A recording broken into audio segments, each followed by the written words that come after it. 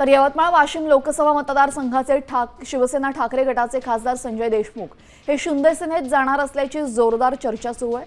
त्याचमुळे त्यांच्या चिंचोली येथील निवासस्थानाबाहेरून शुकशुकाट बघायला मिळते। पोलिसांचा बंदोबस्त कायम आहे। ठाकरे गटाचे खासदार संजय देशमुख नेमका काय निर्णय घेतात याकडेच सर्वांचं लक्ष लागलेलं आहे।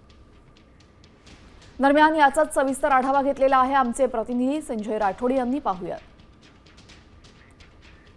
यवतमाळ वाशिम लोकसभा मतदारसंघाचे खासदार संजय देशमुख सध्या शिंदे गटात जाणार असल्याची चर्चा जोरदार सुरू आहे। अशात आज 11 वाजता शिवसेना ठाकरे गटाकडून व्हीप जारी करण्यात आलेली आहे। महत्त्वाची मीटिंग बोलावलेली आहे। त्यामुळे त्या बैठकीला संजय देशमुख हजर राहणार का याकडे देखील सुद्धा यवतमाळ वाशिम मतदारसंघातील नागरिकांचं लक्ष लागून राहिलेलं आहे। मात्र संजय देशमुख यांचा राजकीय इतिहास जर पाहिला तर ते कधीच कट्टर पक्षनिष्ठ राहिलेले नाहीत। राजकीय परिस्थितीनुसार भूमिका बदलणारे नेते अशी त्यांना ओळख मिळालेली आहे।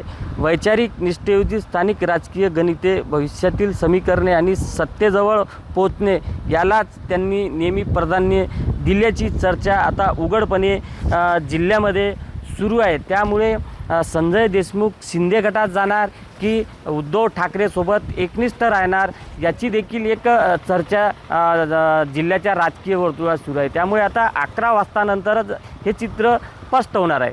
संजय राठोड, साम टीव्ही न्यूज, दिग्रस, यवतमाळ।